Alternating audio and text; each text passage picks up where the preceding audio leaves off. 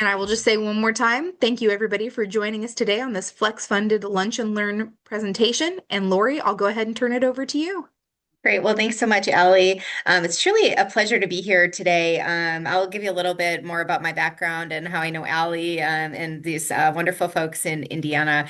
Lori Rodefeld, I'm located in Wisconsin. I do work primarily with the UNC Sheps Center. They have about 80% of my time, and then the rest of my time is with the Wisconsin Collaborative for Rural GME.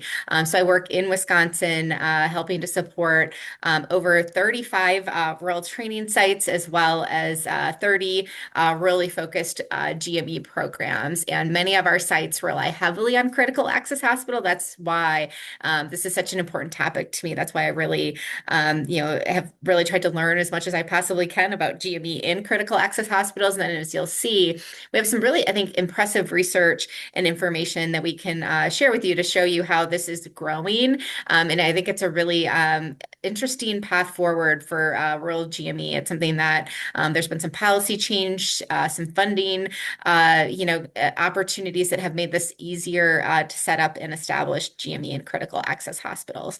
I also do work through my work with rural GME, a number of different grantees. I've been an advisor, I think, to over 15 grantees over the years, and have helped support GME growth and development in critical access hospitals. And one of the programs I'm working with right now is in Indiana. I'm working with Cliff Knight, who I see is on the call.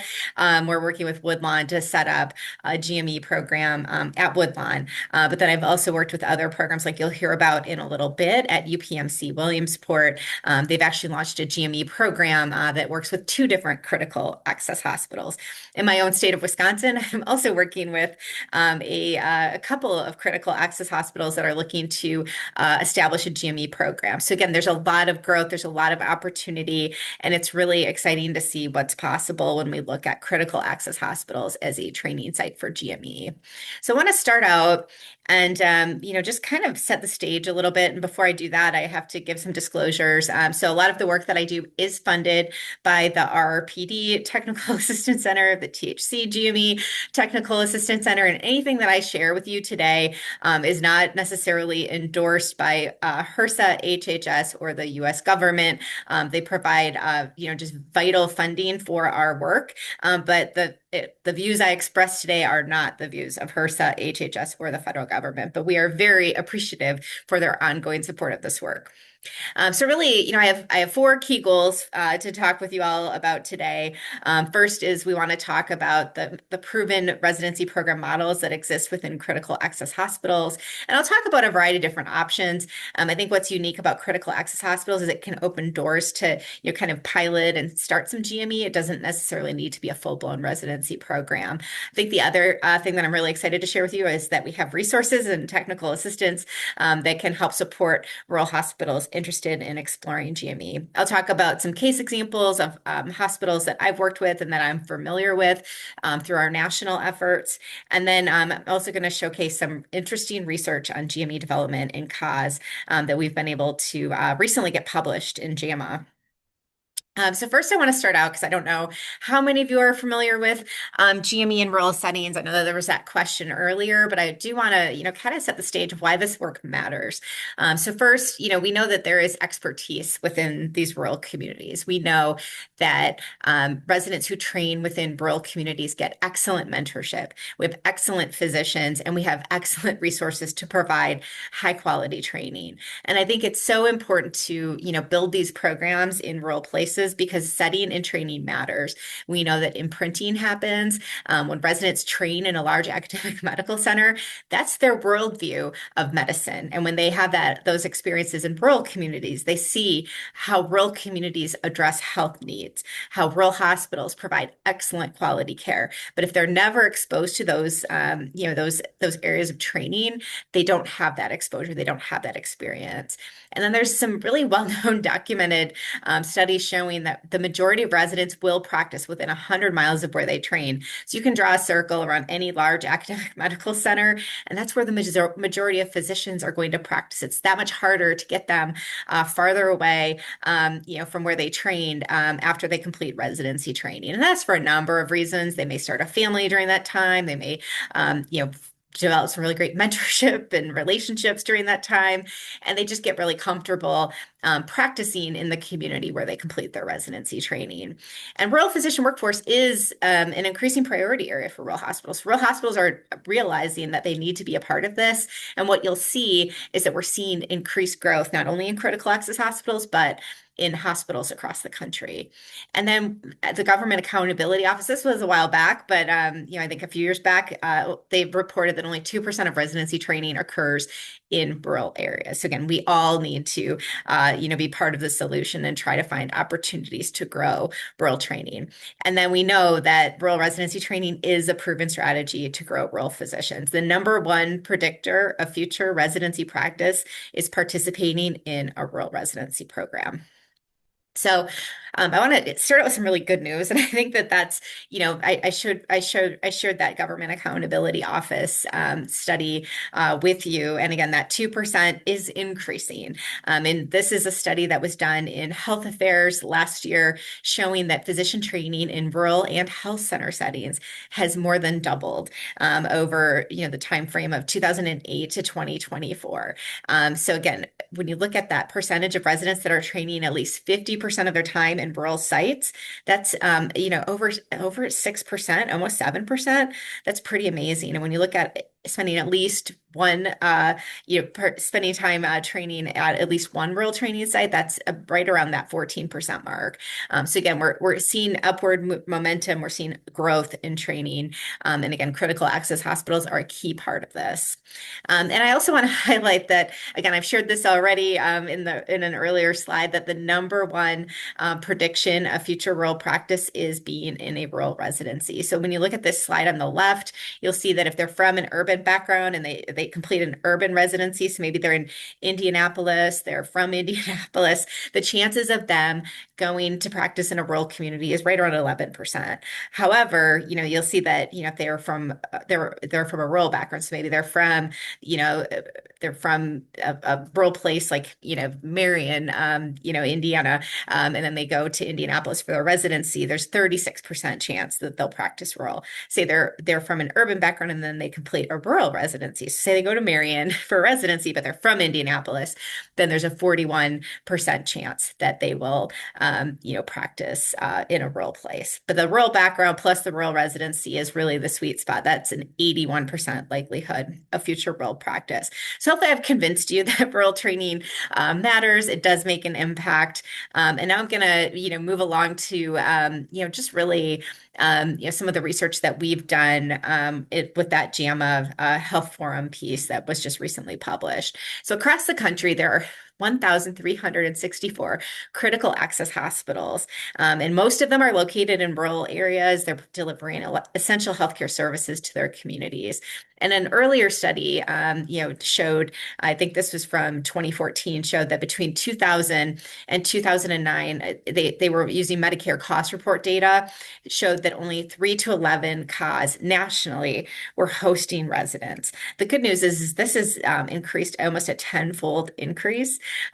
We actually did a study looking at ACGME data to really identify, based on training sites that were reported by programs, how many are engaged in critical access hospital training. And what we found really surprised us. There were 80 programs that are involved in training in critical access hospitals. And then the training sites is right around 90 that you'll see. I think it's 93 we have 93 critical access hospitals. And that's because some programs may use more than one critical access hospital site, like the UPMC program I was talking about earlier. When we look at the specialties that are trained, it's primarily family medicine, right around 70%.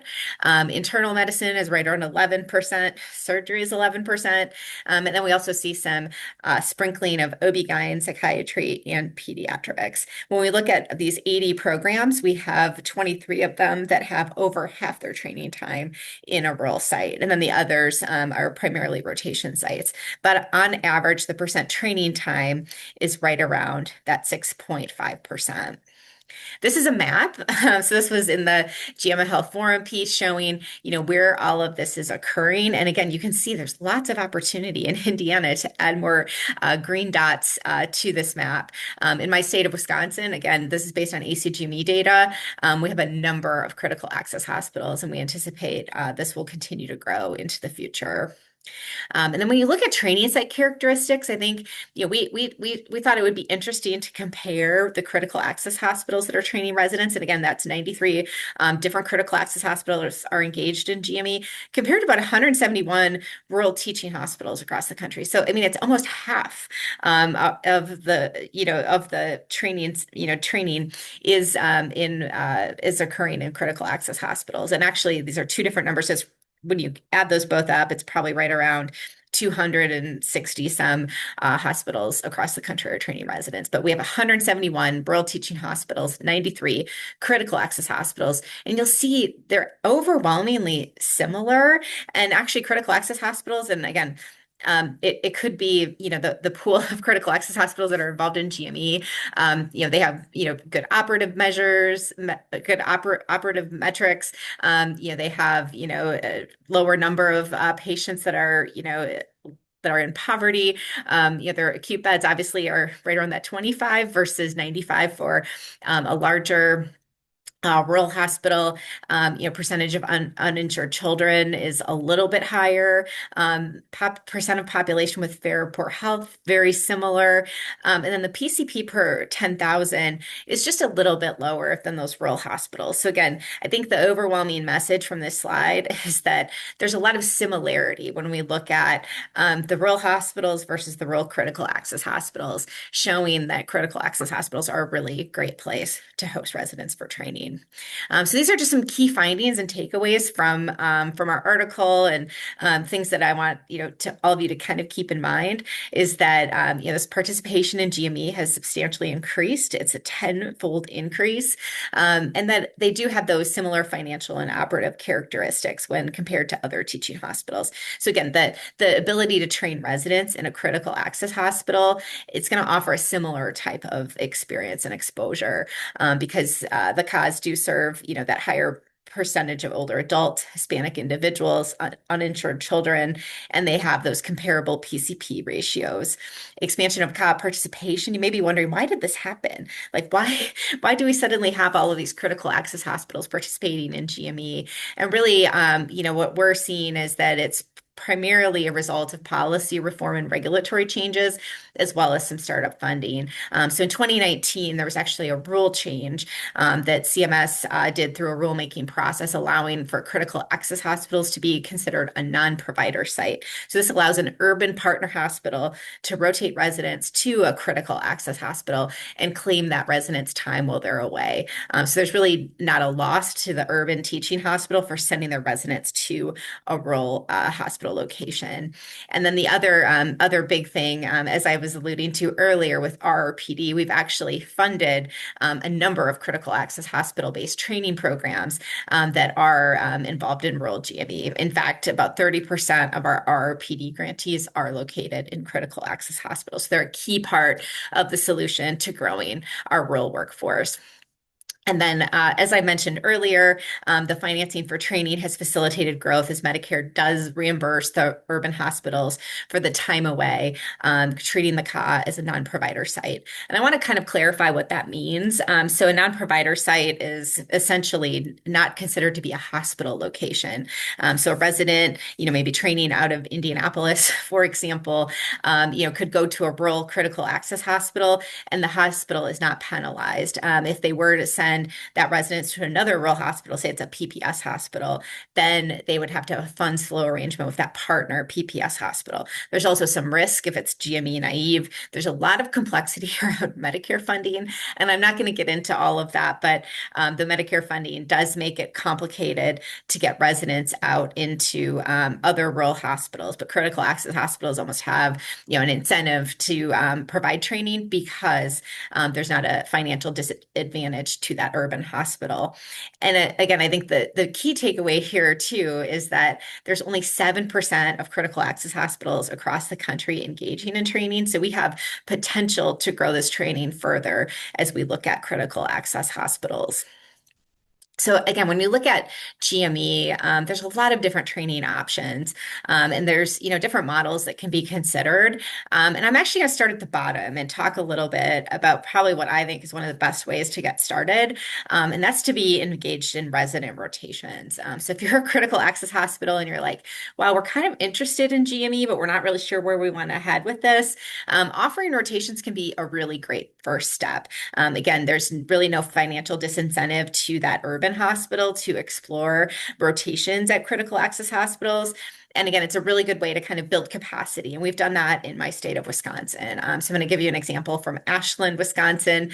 They actually have an inpatient psychiatry unit at their critical access hospital. I think we only have two in our whole state. So they're one of the two that does have an inpatient psychiatric unit. And they offer psychiatry rotations not only for the University of Wisconsin, but also for the Medical College of Wisconsin. So those residents in the psychiatry residency programs are going up to Ashland to get that really great experience and really great rural exposure.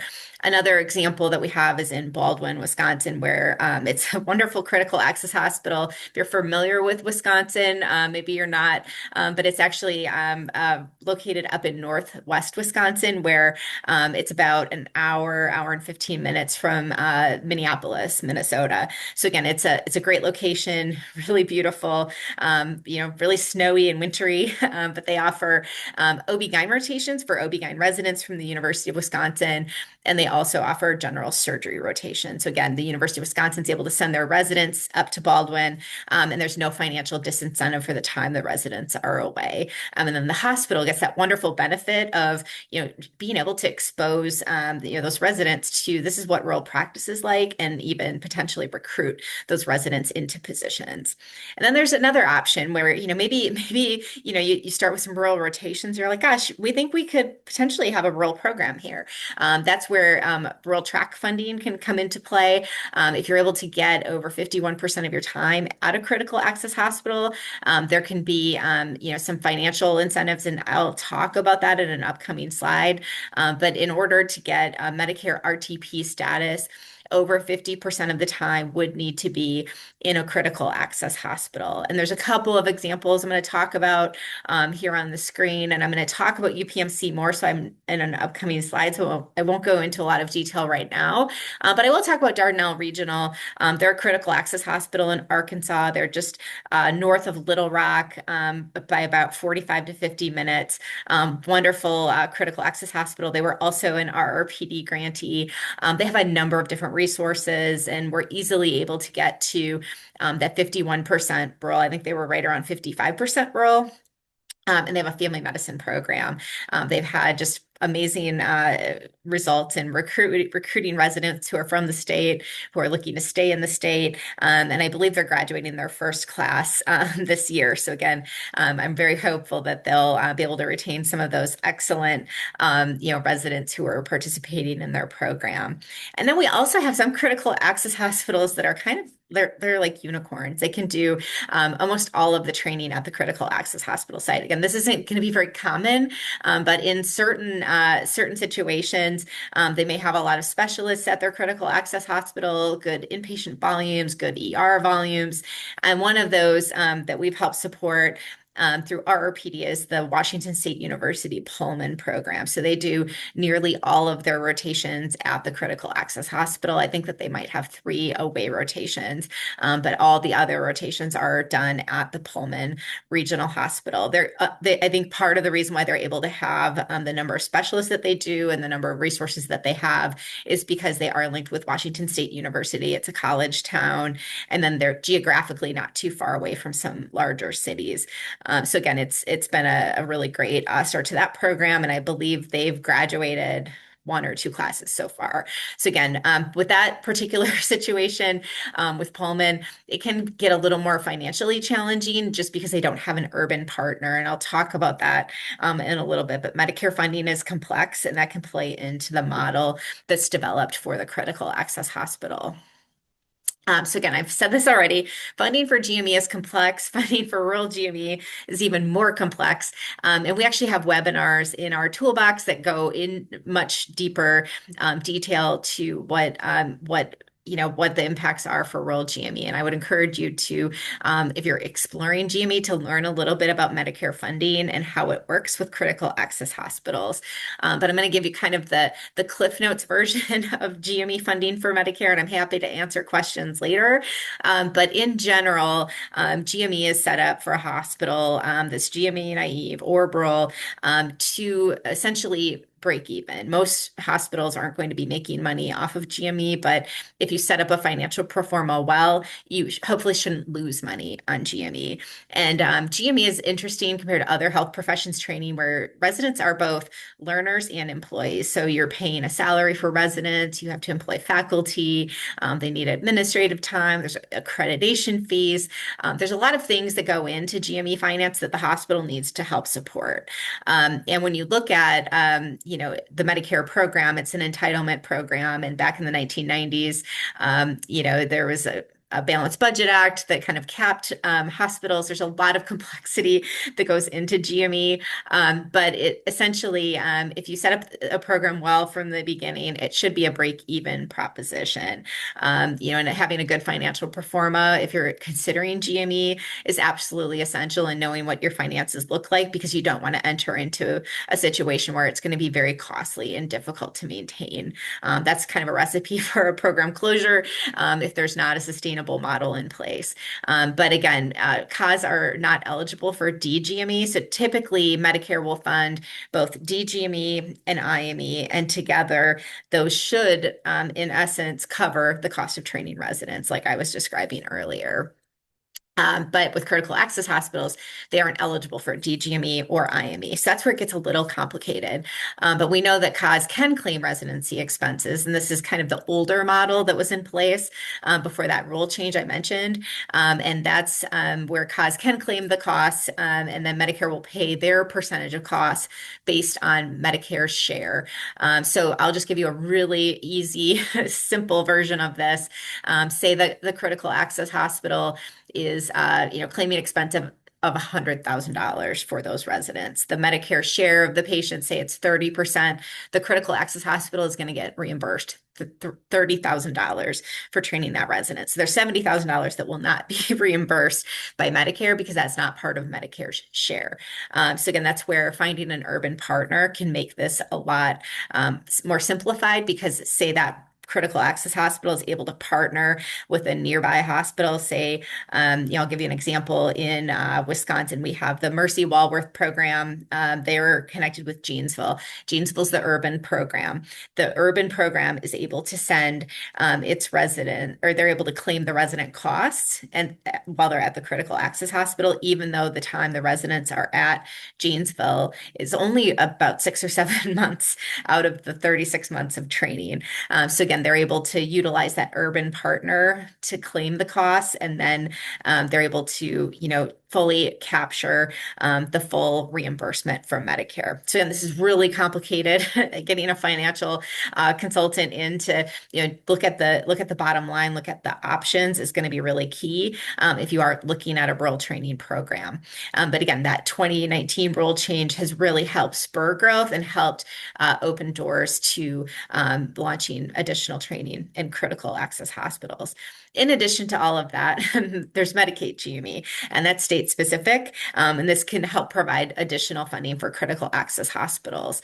But it's really going to be state dependent. And then it's also contingent upon CMS approval. So again, don't be scared. I know that this is complicated. I can answer questions at the end, but also there's really great consultants and resources out there to help you understand GME and critical access hospitals. But really, I think there's been some positive changes that can help with that funding so that we get hospitals to a break-even point. So again, the different funding options, to kind of summarize what I was just sharing, are that, kind of, if they're a rotation site, which I was talking about earlier, the urban hospital can claim the resident time. That's going to be the most optimal reimbursement. However, the critical access hospital could claim that resident's time and get that 101% reimbursement. Again, that's less ideal, probably optimal to utilize the urban hospital claiming their own resident time and getting their full reimbursement. There's the traditional GME program. That's where, again, the CAH will be paid direct costs and not be eligible for DGME or IME. Again, this is a little less lucrative because, again, imagine it's $100,000 of expense. You get that 30% because that's your Medicare share. It's going to be $30,000 captured by the critical access hospital. Not sustainable when we know the average, cost to train a resident is higher than $30,000 per year.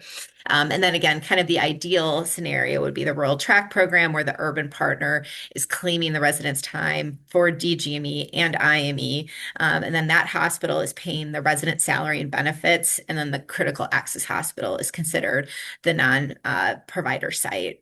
In addition to that, there is THC GME funding. And this is when critical access hospitals partner with an FQHC or an eligible entity. And then they're eligible for HRSA funding. I will say this has been less predictable over the past few years, and is probably less of a realistic option just given the current federal climate that we're seeing around adding additional funding. But again, it's an option that some critical access hospitals have pursued and looked into. But again, if you're able to get that entitlement funding through Medicare, that's obviously the most sustainable path forward. In addition to that, I mentioned how RRPD has helped support grantees, has helped support programs developing in Indiana. They offer up to $750,000 in startup costs. This is over a 3-year period, and there will be a notice of funding in February, so this month. And you could take advantage of that if you're far enough along in the planning process. We hope that this will be continued into the future. There's currently legislation underway to codify RRPD, and we would love to see that happen because we've seen the impact of RRPD and how it's really made a difference. And again, in addition to that, I know that Indiana has some wonderful startup fundings. We've even seen some of the grantees from RRPD get both RRPD funding plus state funding in Indiana. And the RRPD program so far has awarded over $77 million to 103 organizations across 36 states in 6 different specialties. And the startup funding, you may wonder, like, what does it cost to start a new residency program? When you're looking at starting a new GME program, it's going to cost, depending on the model, if it was like a program expansion RTP, the cost may be less. But for a more traditional RTP, where you're going to have a separate program director, separate faculty, recruit residents separately, get accreditation, that's going to cost, over $750,000. That's where that state funding plus RRPD can really help offset those initial startup costs that hospitals may be incurring as they get started with GME. In my state of Wisconsin, we provide $1 million in startup funding for new program development. And again, other states offer different amounts. Missouri has $1 million in startup funding. Georgia has $750,000. Indiana, it's $300,000, I believe, through the Indiana Commission for Higher Education.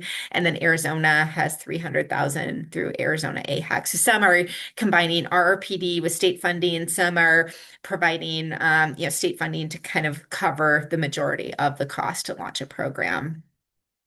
So now now that I've talked a lot about the technical side of things, some of the research, I also want to take some time and share with you a few case examples of programs that have launched. So I mentioned this earlier. This is a program that was launched in Wisconsin. It's called Mercy Walworth. If any of you have been to Wisconsin, Lake Geneva is a beautiful area.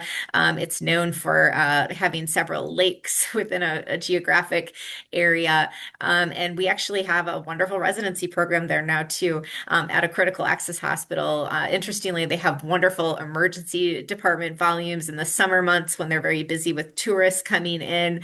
But then they also have a really underserved population as well.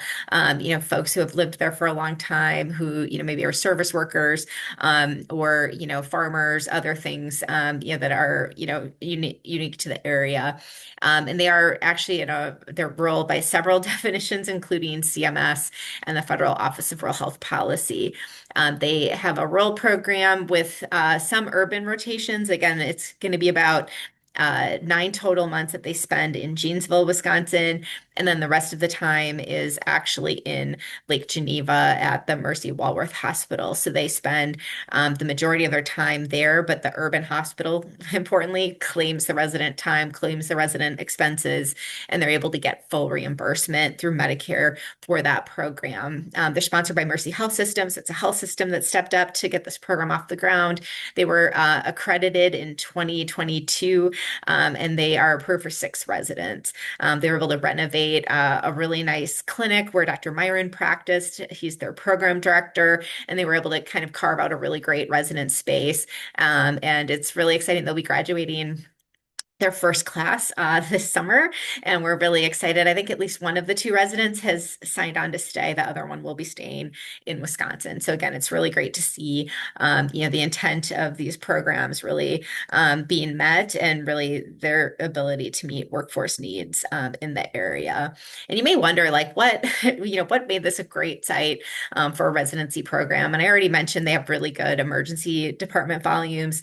I think that they're right around 10 to 12,000 emergency department volumes per year, but they know that the summer months are the busiest. So that's when residents are going to be seeing patients. They're actually able to get not only their regular emergency medicine visits in, but they can also get their pediatric emergency medicine visits because they have a really good pediatric population as well. They do have a pretty robust, for a critical access hospital, inpatient service. Their average daily census is right around 12, but they also have an ICU. So in addition to the 12, they do maintain a ICU volume of around 2 to 3 patients per day in the critical access hospital. And then they do about 200 deliveries a year. They employ a couple of OBs, and then they also do have family medicine with OB. And their OB service line is growing just based on the kind of population changes in the area. They previously were a rotation site for a rural hospitalist fellowship. So they got kind of their feet wet, hosting the hospitalist fellow. And then they also did host some resident rotations from the Janesville program as well.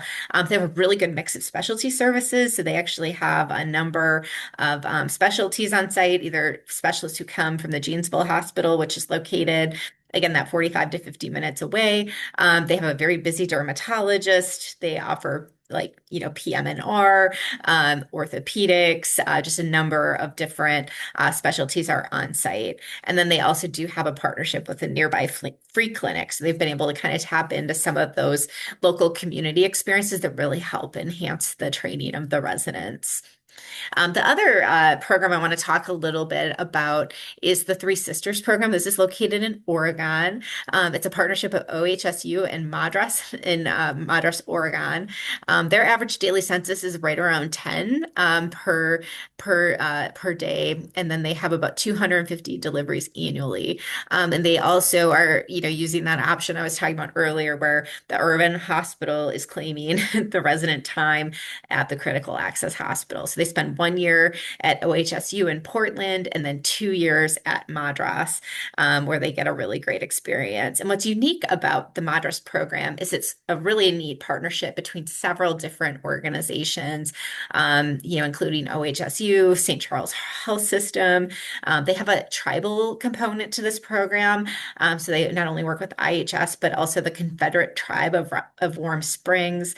There's a FQHC that is also included in this, as well as an RHC. So again, these programs, sometimes in order to launch, there need to be broad partnerships, really, optimizing some of those community resources and community assets.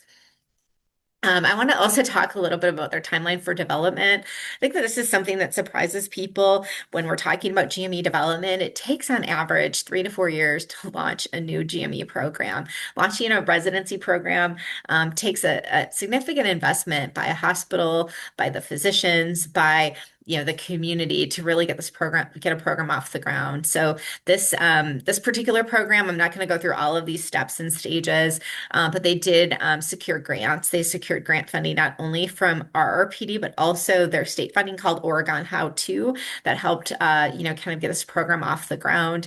They really got their community engaged. They went through the ACGME process, recruited their first class in 2023. The first class started in 2024. And then because they're that 1-2 model, the first year they were in Portland, so the residents didn't even start until 2025 in Madras. So again, you can see this has been a long journey for this program getting started. And I know Ali and Cliff, they've worked with some of our programs in Indiana. It's a long journey. It's 3 to 4 years, if all is well as you're getting started. But sometimes it can take longer, and sometimes it can be quicker. But again, that 3 to 4 years is typically what you're going to see for program development. I want to talk a little bit about the UPMC Williamsport program as well. This is a program that's, again, that 1+2 model of training where over half the time is in a rural site. UPMC is their sponsoring institution. The two critical access hospital sites are Wellsboro and Cole. They are eligible for CMS funding, again, because the urban hospital is claiming the resident time.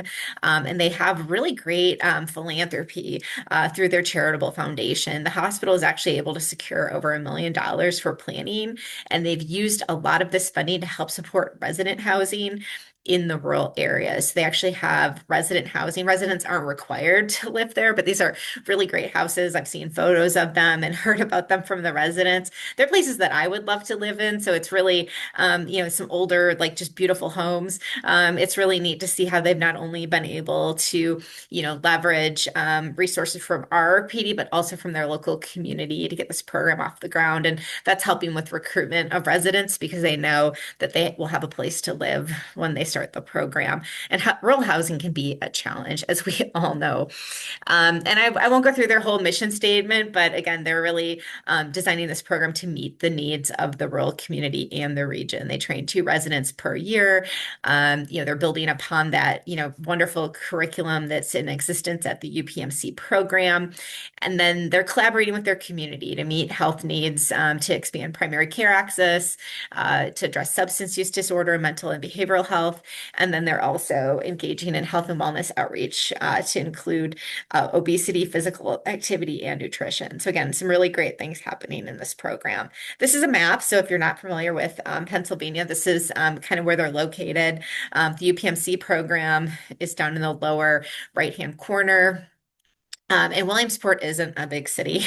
Williamsport, I mean, I think that they used to be a rural hospital and then got redesignated to urban. But they're not that big, but they're able to host this wonderful, partnership rural track program. And then the residents either go to Cole or to Wellsboro. They're not able to go to both because geographically they're very, very far away from each other.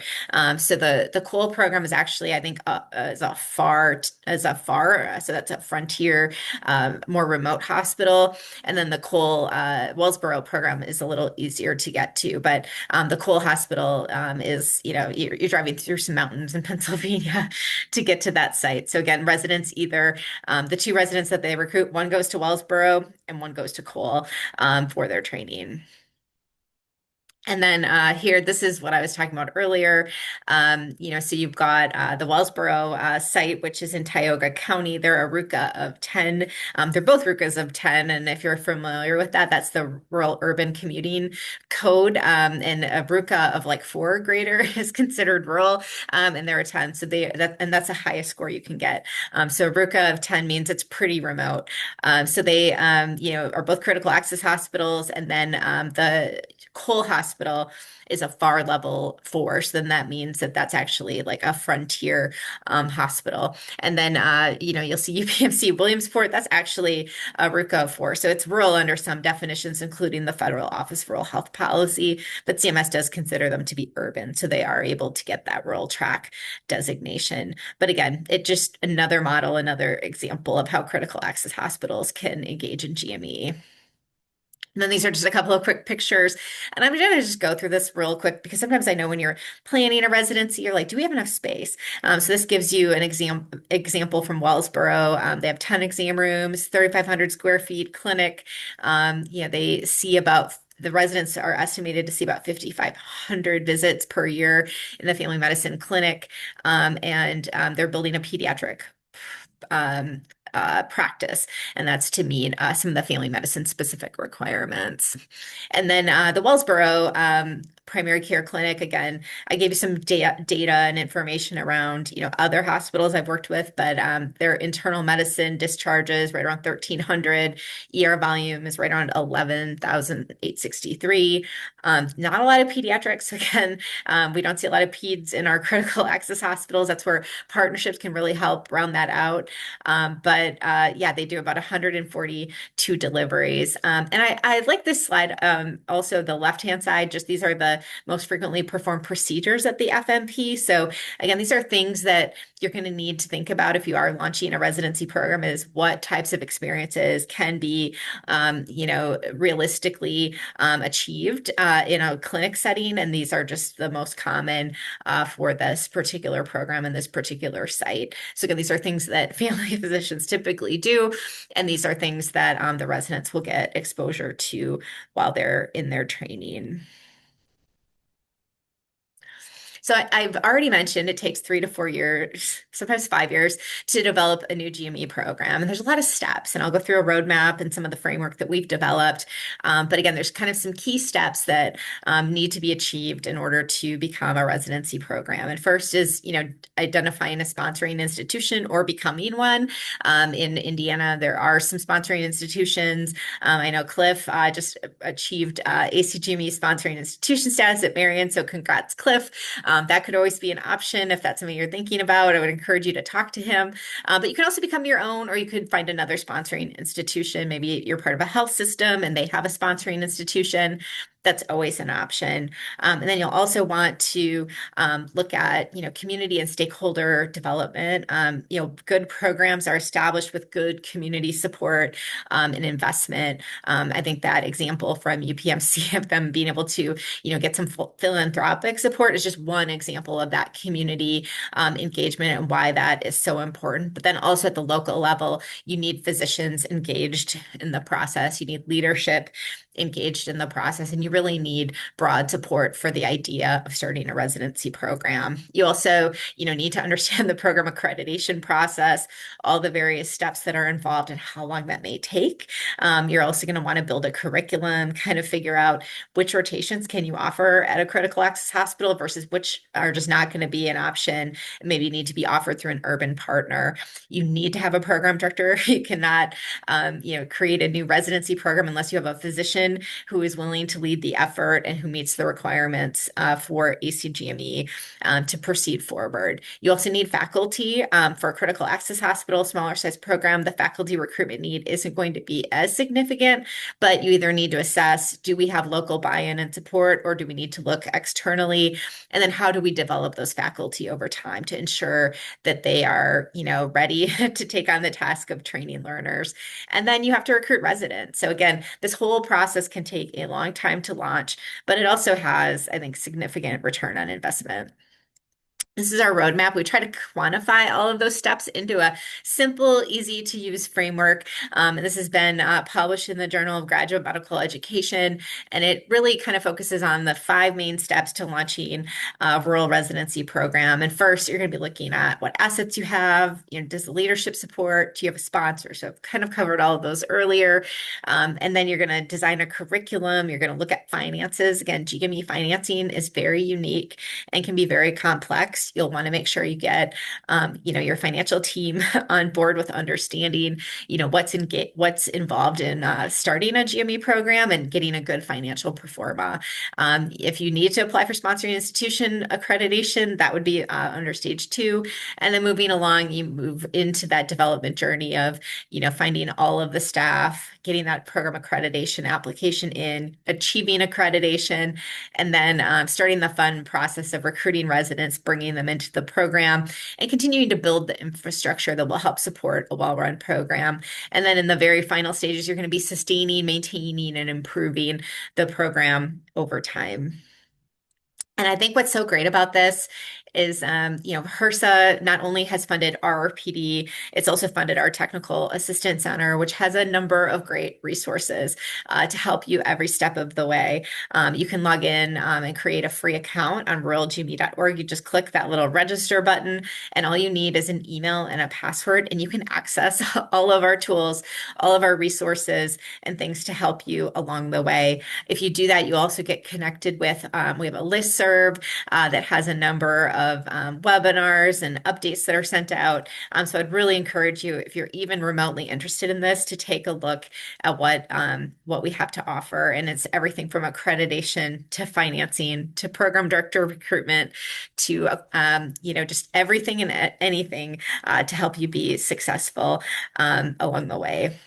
And then, you may be wondering how much rural training is happening. I showed you that grid showing the increase, the number of training sites that have been added. And this just quantifies that growth. We have a rural training site map on our websites. If you want to learn more about some of these programs, maybe you want to see where there's some rotation sites in your area, you can, kind of figure out, okay, maybe there's a nearby site that is offering rotations for OB-GYN or for family medicine or internal medicine. And you can learn more just by filtering and searching on our training site map.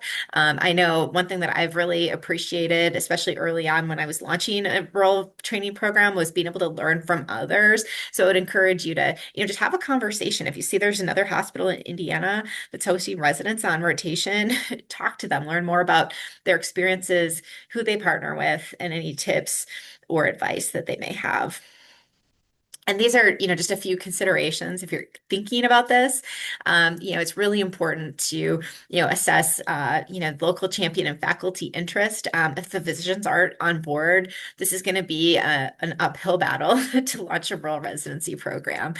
So again, typically I haven't seen that. Typically they're very enthusiastic and very interested, but you're going to want to assess from kind of those key folks that you need their buy-in for, that they're on board with the idea. The other thing that you want to take a look at is, are you rural? You can go to the website called Am I Rural? It's done through RHI Hub. You can actually see, like, are you FORP rural? Are you CMS rural? That's going to have an impact on some of the financial complexities I was talking about. One of my rural hospitals that has many residents rotating is that Baldwin Hospital. They're rural by the Federal Office of Rural Health Policy, but they're not CMS rural. So it's limiting their ability to start their own rural track program. However, they're great rural rotation sites. So that's kind of the path that they're pursuing currently, just because they are limited by CMS funding. And then, the sponsoring institution, you're going to need a sponsoring institution, or you're going to need to become one. So you're going to want to assess what's the right fit for you. You want to know who your stakeholders are. You want to, engage with your community. And then most importantly, you want to be patient. This takes a long time. The runway from having residents on the ground is going to take quite a bit of time to see your dreams come to fruition. So I'd encourage you to take a look at our website, join Rural GME, our website, and get added to our listserv. We have a lot of opportunities like networking events at major conferences. We host a national conference. It'll be at the end of August this year.